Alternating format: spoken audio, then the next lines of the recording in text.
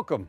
I'm Lee Cowan, and this is Here Comes the Sun, a closer look at some of the people, places, and things we bring you every weekend on Sunday morning. Maria Shriver. She's been in the spotlight pretty much all her life as a journalist, a women's health advocate, and as the former First Lady of California. But despite all that, she told me she never really knew herself. That is, until now.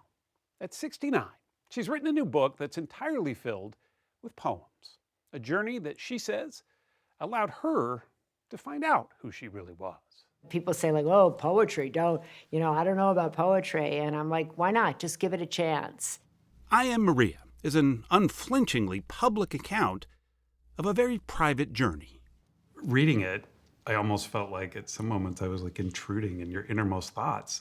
It's a pretty vulnerable thing to put that all out there. Yeah, it is. And I'm scared about it a little bit. Yeah. You begin talking about as a child, your life kind of in the Kennedy shadow, that being Maria was kind of Kennedy adjacent. I, didn't want to go through my life being asked which Kennedy I was. I wanted to figure out who I was. Later in the show, Maria Shriver on her desire to connect with people. You sort of nod to what you're talking about in Picture Perfect, because I think some people would look at you and think, cry me a river, you've got a good life, right? Yeah, I'm not crying a river, right? At all. But you mentioned that this notion of perfectness is just an illusion. I think I look at people today that, quote, people think have a perfect life, and I know that nothing is as it seems. Yeah. Nothing is. And I know people are walking around with tremendous pain, tremendous heartbreak, tremendous loss, tremendous, grief. And I want to connect to people in that way. This by no means is cry me a river. As I said, I feel like I have a beautiful life, and I feel very grateful for the life that I have been given and that the life I've created for myself, the life I've survived and created. Then we traveled to Naples, Italy, to visit a magnificent jewel collection filled with centuries-old gold and diamonds and rubies and more. San Gennaro, the patron saint of Naples, was killed by pagan Roman forces in 305 AD. A few thousand years later, the city prayed to him to spare them from war, volcanoes, and the plague. The city was able to come out of the Mount Vesuvius eruption unscathed, and offerings of thanks were given to San Gennaro in the form of jewels. These devotional objects, gold and gems donated over the centuries, are kept in this vault-like museum in Naples, Italy. Duva, who helps run the exhibition, says when it comes to security for such a fortune, sure, there's an alarm system, but there's also something else. And then we are protected by San Gennaro. A side benefit. Yeah. San Gennaro, the faithful here believe, has been protecting the city for centuries, and reverence for him takes many forms. That's all coming up right here on Here Comes the Sun. Maria Shriver has worn many hats over the years. She started her career in journalism, even working right here at CBS News. Since then, she's become a women's health advocate, was once the First Lady of California. All in all, she's led a pretty public life. Well, now she's written a new book, I Am Maria, filled with poetry from what she says comes from her private voice. She writes about her uncle's assassination in Dallas, her divorce, and her healing journey. You're kind of a Californian girl, though. I guess I always say I'm going home to Washington, or I'm going home to the Cape, or I'm going home to Boston. So I don't know, I'm a little bit of everything. You might know Maria Shriver because of her famous family, or because of her famous former husband. Maybe you know her as First Lady of California, a network news journalist, or a women's health advocate. In fact, you may think you know all about Maria Shriver, but you don't, she says, because until recently, she didn't even know who she was herself. I got separated and I found myself in my mid-50s thinking like, okay, what do I do now? Where am I going? Who am I? And I just sat down and looked out the window and started writing. And out it came. What came out? Poetry. They are everywhere, the fragments of me. in the closet, in the drawer, in the ceiling looking down. The fragments of me are all over the land. People say, like, oh, poetry, I don't know about poetry. And I'm like, why not? Just give it a chance. I Am Maria is an unflinchingly public account of a very private journey. Reading it, I almost felt like at some moments I was like intruding in your innermost thoughts. It's a pretty vulnerable thing to put that all out there. Yeah, it is. And I'm scared about it a little bit. Yeah. You begin talking about as a child, your life kind of in the Kennedy shadow, that being Maria was kind of Kennedy adjacent. I, didn't want to go through my life being asked which Kennedy I was. I wanted to figure out who I was, aside from the hair and the teeth that everybody just kept pointing to. She was just 12 when her uncle, Robert F. Kennedy, was gunned down. She was even younger when her other uncle, President John F. Kennedy, was assassinated in Dallas. I grew up with that city being like, whoa. That word pulls the trigger, rips through my house like the wind. I said, one day I'll go to you, yell at the air, at the building, at anyone who was there. Years passed, the pain didn't. It wasn't something that anybody really talked about, so I just didn't talk about it either. And Nobody asked how you were doing, or? not that I'm aware of. I grew up in a family that soldiered on, and I think there's a lot that's admirable about that. But I think there's a lot that then you never get to know about yourself. It seems as if before she was running through the forest of her big life, and now at age 69, she's stopping at individual trees. Moments, she writes. You look at those moments like little stones. You turn them upside down and right side up. You stare at them. Look for what you saw and what you missed. One of those stones glittered with Hollywood magic. Her marriage to Arnold Schwarzenegger, later California's governor. I had been with Arnold since I was 21. I had gone straight from my parents to him. Years later, though, that once glittering stone pulled her underwater when the two divorced. Shame filled my body. Humiliation filled my soul. Every inch of my being crumbled. And that's where she says she'll leave it. I don't believe in kind of talking behind other people's backs in public. It's just never been my jam. And I'm in a good place with Arnold, and that's really important to me. I usually stand in the back because I come here a little late. I'm not always the first person in the pew. It's been here at St. Monica Catholic Church in Los Angeles, where her faith has gotten her through many a challenge. Oh, I've yelled at God. I don't know anybody who hasn't, So then I just take my focus off him and move to Mary. She minored in theology at Georgetown and actually considered being a nun. Then I heard that, they didn't have sex and they had to take a vow of poverty. I'm like, I'm out. She eventually landed in the secular world of journalism, first here at CBS. And I'm Maria Shriver. Today is Thursday, April 3rd. Then later at NBC. We will have those stories and, of course, a lot more here on Sunday Today. It was high profile. In the late 80s, there weren't a lot of female news anchors. Certainly not pregnant ones. And I was anchoring with Gareth Utley, a esteemed journalist, and he had never sat next to somebody who was throwing up during commercial breaks. And he was just like, kind of like, She forged ahead in a man's world, much the way she says her mother, Eunice Kennedy Shriver, tried to do as well.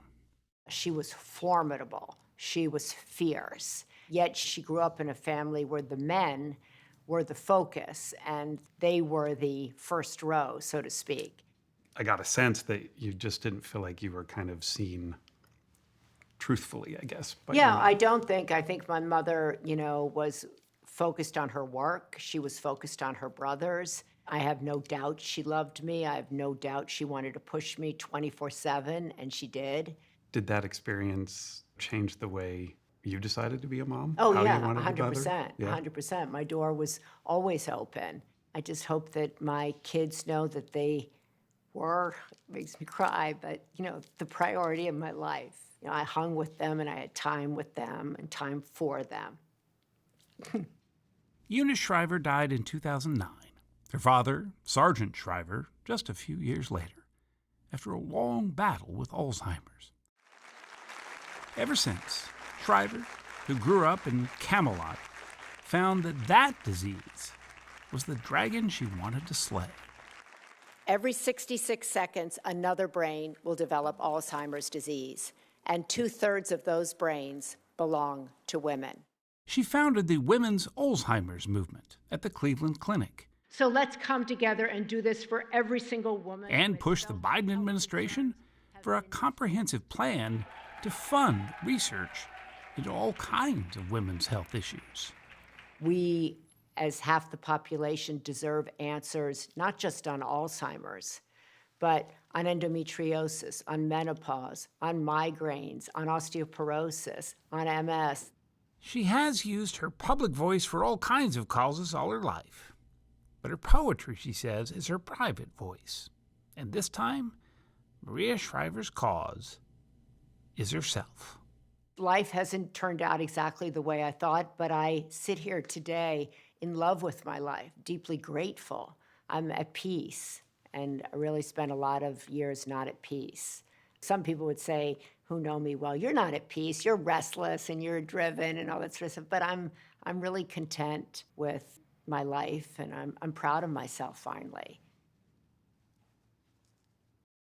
Up next, an exclusive excerpt from my chat with Maria Shriver, something you can only see right here on Here Comes the Sun. Stay with us. As promised, here's more of my interview with Maria Shriver. Were you surprised when you first sat down at what came out? Yeah.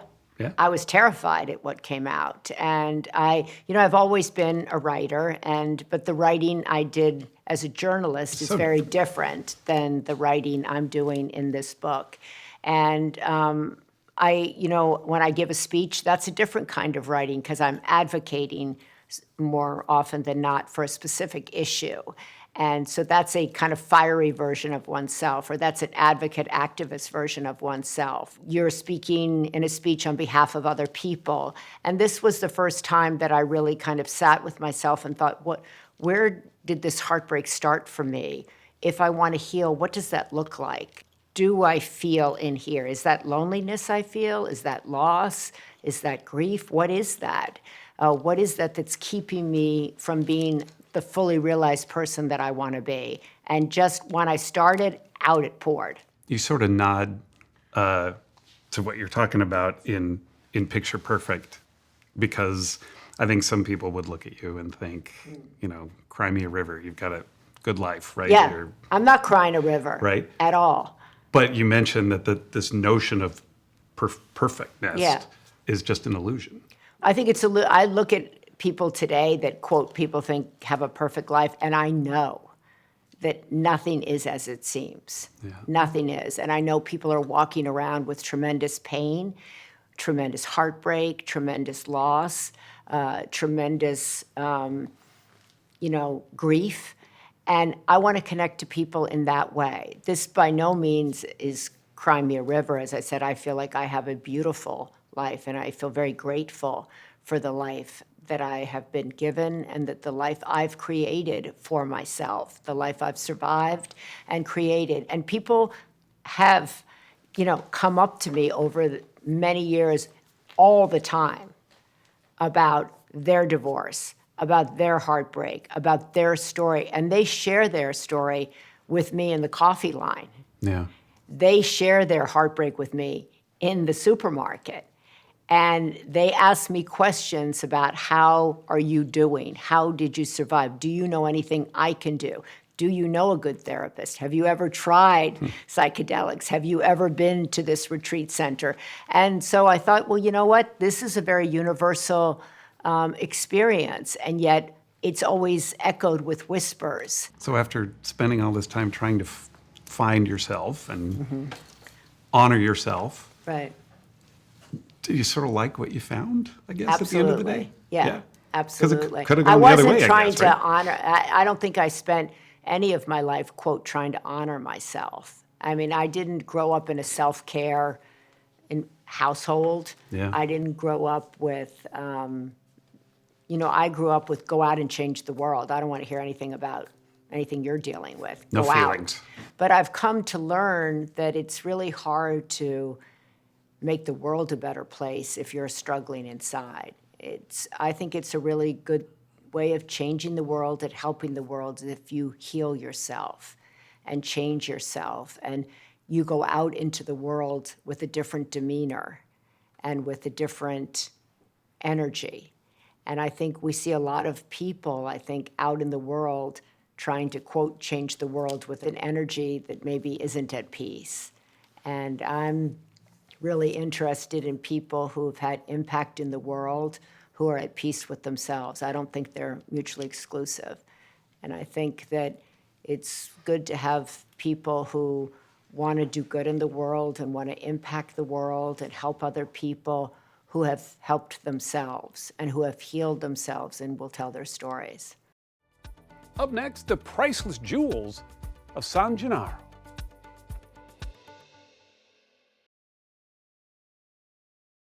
Welcome back. After the city of Naples was left unharmed from war and volcanoes and the plague, the faithful there believed that San Gennaro protected them from it all and gifted him valuable gems in return. Well, those same jewels are kept in a vault-like museum, and our Seth Doan got a first-hand look.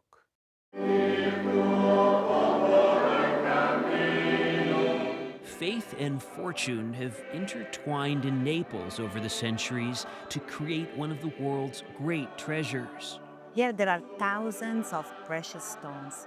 There are 3,326 diamonds, 198 emeralds, and 168 rubies.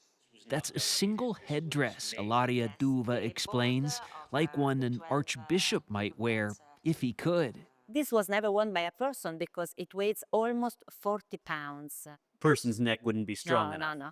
Not one, not even Mike Tyson has such a neck. Maybe Mike Tyson.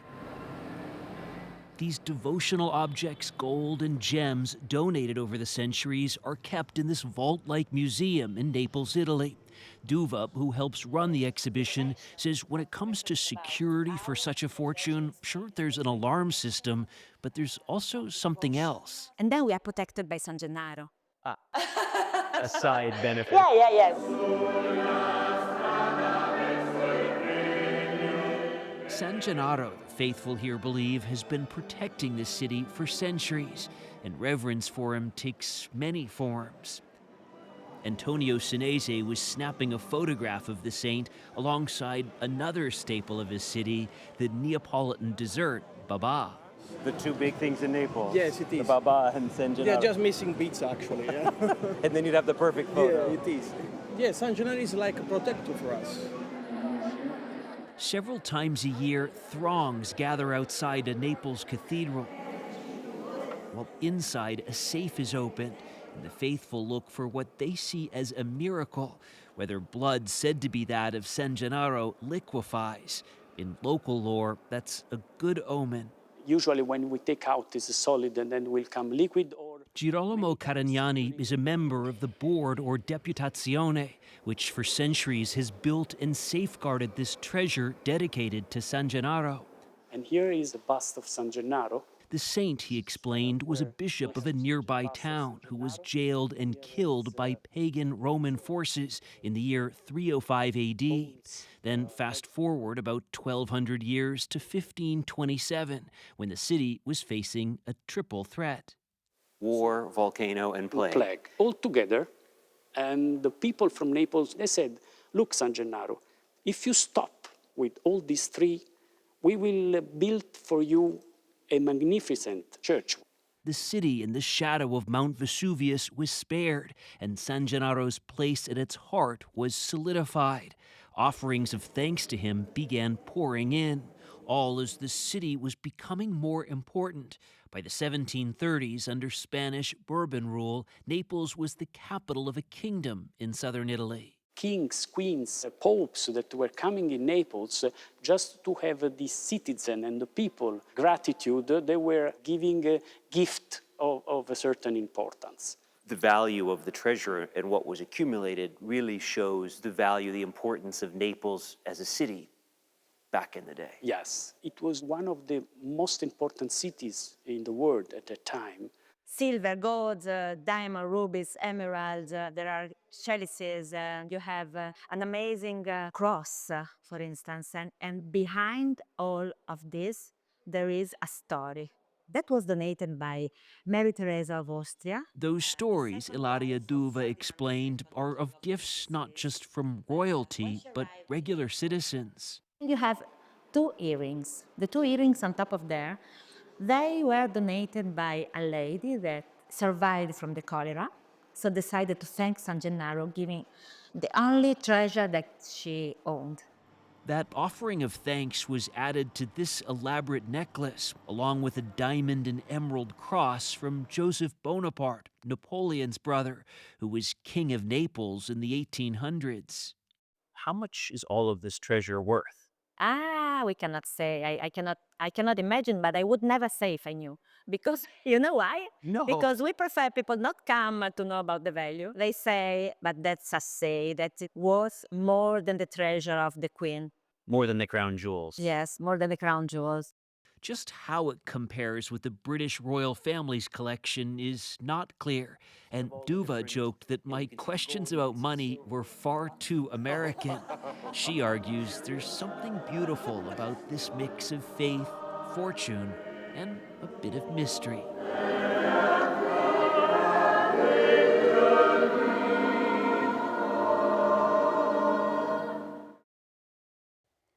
I'm Lee Cowan. Thanks for joining us. We'll see you right here next time on Here Comes the Sun.